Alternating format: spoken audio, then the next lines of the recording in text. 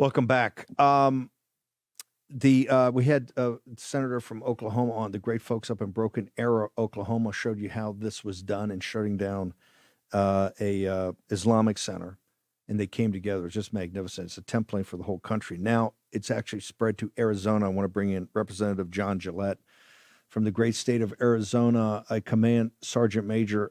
Sir, you represent Mojave County. This was Kelly Ward's old district, I think, when she was active in daily politics. And we love Kelly. We've known her for years.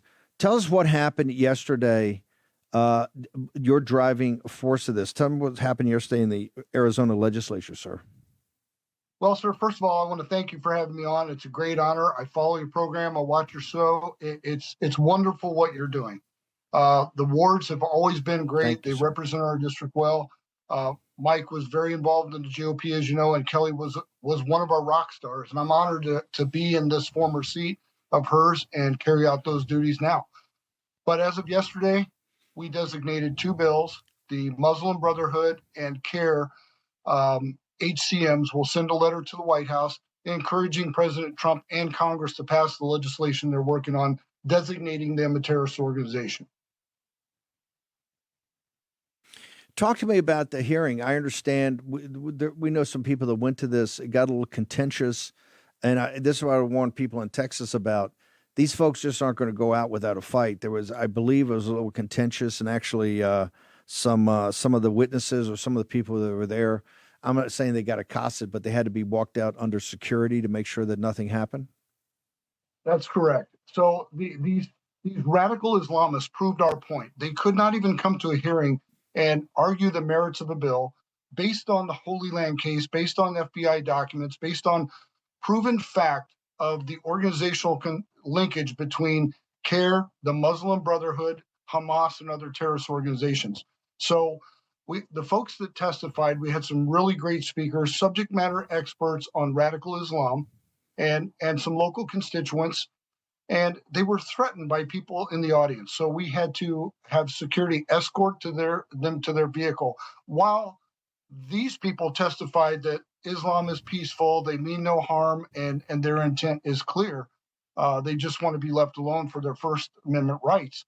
Yet they're threatening people in the audience, making our point that their form of Islam, the radical Islam, the jihadists, have a plan, a 100-year plan to take over the country by infiltrating all of our systems, our schools, our elected leadership positions from every level, from school board into Congress. We see this with Omar and these other ones, and we've got to put a stop to it. There are direct linkages to Hamas. UNRWA has received money from the people in this country. UNRWA was part of the attacks in Israel. And to say that there's no linkage and we should not designate them a terrorist organization is absurd. We heard in testimony yesterday from the Democrats, who all voted no on this bill, that terrorism is a made-up word to cause fear. It's a narrative to strike fear. My rebuttal to that, we had two American soldiers, National Guard members, American soldiers on the street in Washington, D.C., our nation's capital, shot by a member of radical Islam, transported to this country by Joe Biden.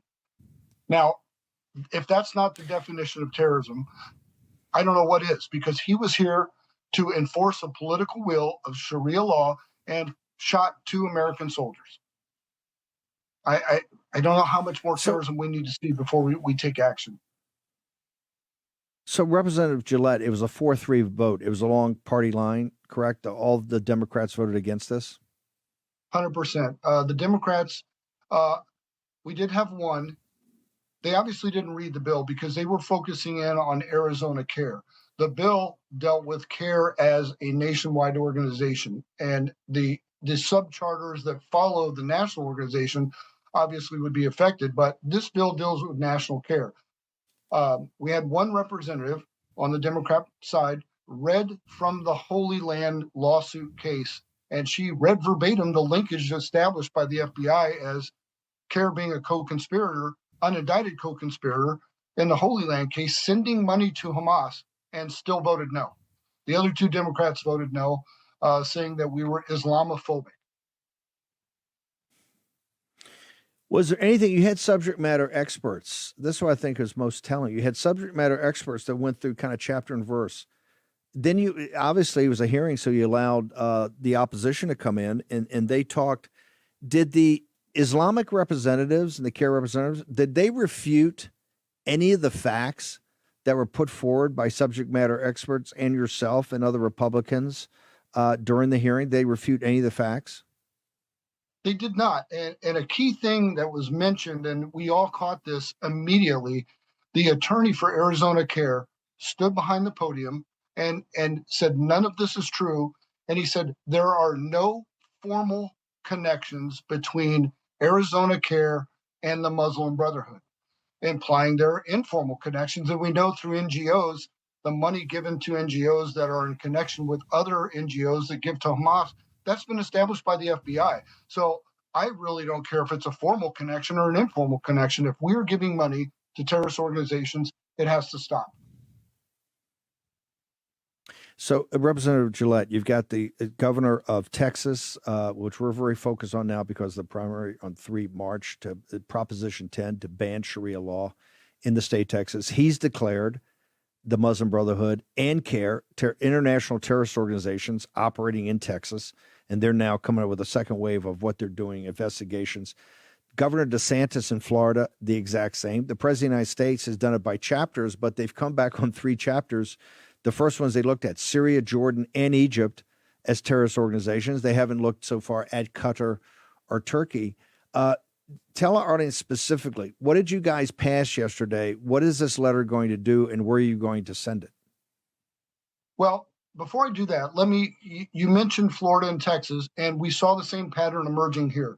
We had the establishment of the Muslim Advisory Board to the Tempe City Police Department, and that was supposed to be a cultural thing on how to deal with the Muslim population.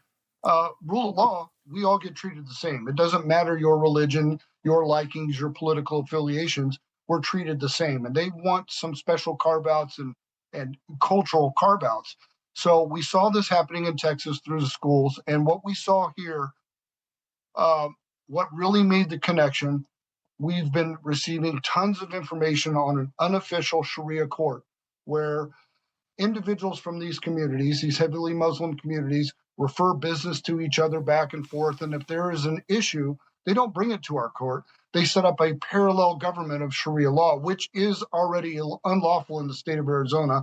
One of my subject matter experts yesterday, Linda Brinkman, testified to her background and what she had uncovered and what other groups had uncovered, and provided the video from Brigitte Gabriel, who unfortunately couldn't be here yesterday, but did send a video.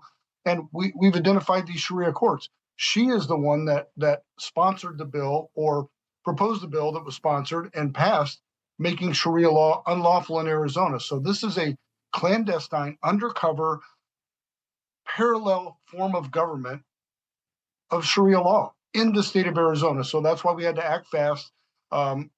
What Governor Abbott put out and what Governor DeSantis put out, we used some of that data, but we didn't allow it to metastasize to the problem they had there. We're trying to stop it in advance. So what the bills actually do, they send a letter to Congress and the president supporting the legislation that's already drafted in Congress and what the Secretary of State is working on to designate CARE, the national organization, and of course its subchapters, and the Muslim Brotherhood as terrorist organizations. That would prohibit them from owning land, making any type of deals with government, and working with the American people on certain ventures. It would blacklist them from any financial dealings in the state or the country. And that's what we're supporting, and that's what these bills do. They support the president's effort, and it's a direct linkage that has been proven. And the bill is ready in Congress, and we're telling Congress and the president,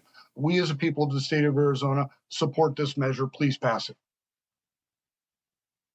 Command Sergeant Major John Gillette, Representative Arizona, Mojave, and other areas. Thank you for coming on here. Amazing work. Where do people go to your website to find out more? Your social media. Where do people go for social media, sir?